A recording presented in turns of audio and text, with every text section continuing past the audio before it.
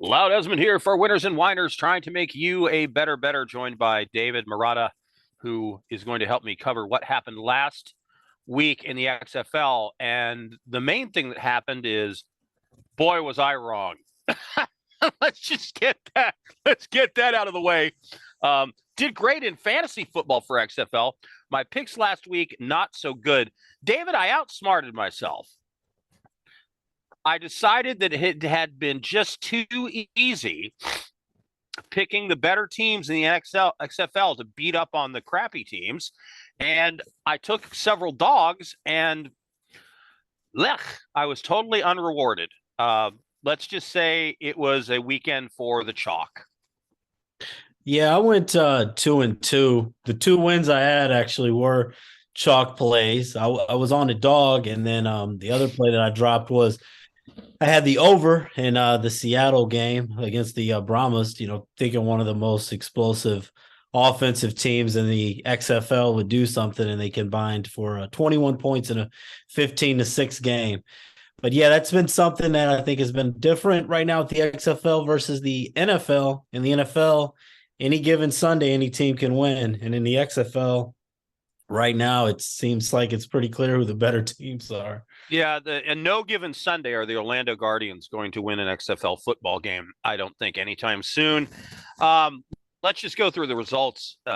Houston beat the absolute bejesus out of the Orlando Guardians, 44-16. They're off to a 4-0 start, obviously very hot. The Guardians 0-4. I thought maybe 9 points was enough. No, not nearly. Yeah, you would have needed like 25 points. And that might have, no, more than that. I can't do the math in my head, but just 28, yeah. 28. It would have been a lot, just put it that way. Houston, now next week, the Roughnecks will play the Sea Dragons. That game's up on the board at -2.5 for the Roughnecks already. The Guardians will play the Vipers. The Guardians getting +7 right now. Seattle Sea Dragons 15, San Antonio Brahmas. This is another disappointing one for me. I thought the Brahmas had put up more points against the Sea Dragons. Nothing. I mean, 2 field goals. It was -4.5 for the Sea Dragons. Again, they cover easily. Yeah, overall, one thing I'm concerned about here for the XFL doesn't necessarily tie into the betting, but this was a bad week for the XFL. None of the games were good. I felt like the games were better these first 3 weeks.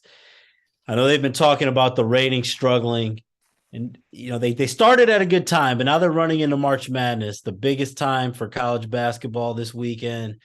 NBA's starting to pick up a little bit. World Baseball Classic. It's going to be a tough weekend, I think, for the XFL after having pretty much 4 not so entertaining games last week. Yeah, another not so entertaining game, St. Louis Battlehawks 24, Arlington Renegades 11. Arlington was never in the game. But, the good news out of that game is the Battlehawks drew 38,000 people to that stadium. That's a nice turnout for them.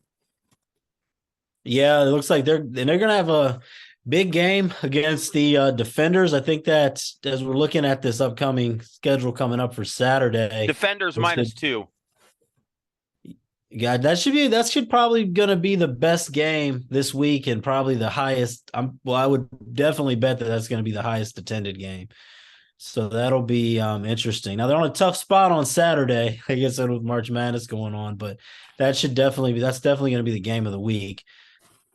Well, it's actually kind of a weird schedule for the XFL this week. There's a Thursday night game, and I'm trying to pull up the schedule right now. But I know there's a Thursday night game. Yeah, Sea Dragons and Roughnecks in Seattle on Thursday night. And that seems to be a thing. I think this is the second Thursday night game in Seattle. I don't know why they think that is going to be particularly a thing of beauty, but in any case, that's when that game is. And then I believe a couple of the other games are really late. Yeah, 2:10 p.m. Eastern time starts. The Sunday night game is a 10 p.m. Eastern time start, and the Saturday night game is a 10 p.m. Eastern time start. So again, I don't think they're doing themselves any favor having those games that late.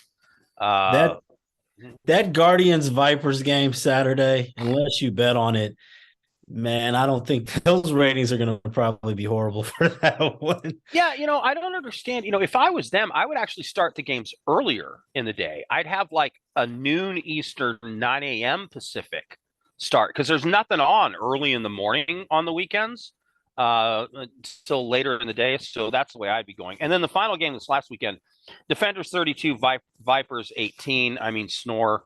Again, chalk wins easily in that game. And I think I'm going to have to lean chalk the rest of the season until something changes because, unfortunately for the XFL, there are really good teams and then there are teams that really suck. And there doesn't seem to be much parity. Well, you're saying going chalk. Guardians versus Vipers. I mean, an early look. I guess the Vipers, I mean, they look like a much better team, but do you have the line on that one? 7. It's 7, and that might be a little much, but I mean, the Guardians are just so bad that it's hard to bet on. I may just stay away from that completely. I don't have my mind made up on any of these. And then Renegades, Brahmas, the Renegades aren't scoring many points, and the Brahmas aren't scoring many points. I'd have to look at the under there maybe. But the biggest look, I thought, okay, going into this last weekend, I'm killing it in the XFL. You and I were both ridiculous, like 15-3 combined or something. And I was just betting favorite. And then I outsmarted myself and went, that can't keep happening. There's no way. Because all my years of experience in betting on the NFL, it doesn't work that way. You don't just get chalk. It doesn't go like that. But in the XFL, it has been. I mean, I don't know what the favorites winning percentage is, but it's got to be really high. I mean, it was 4-0 this last weekend. Yeah. And not close.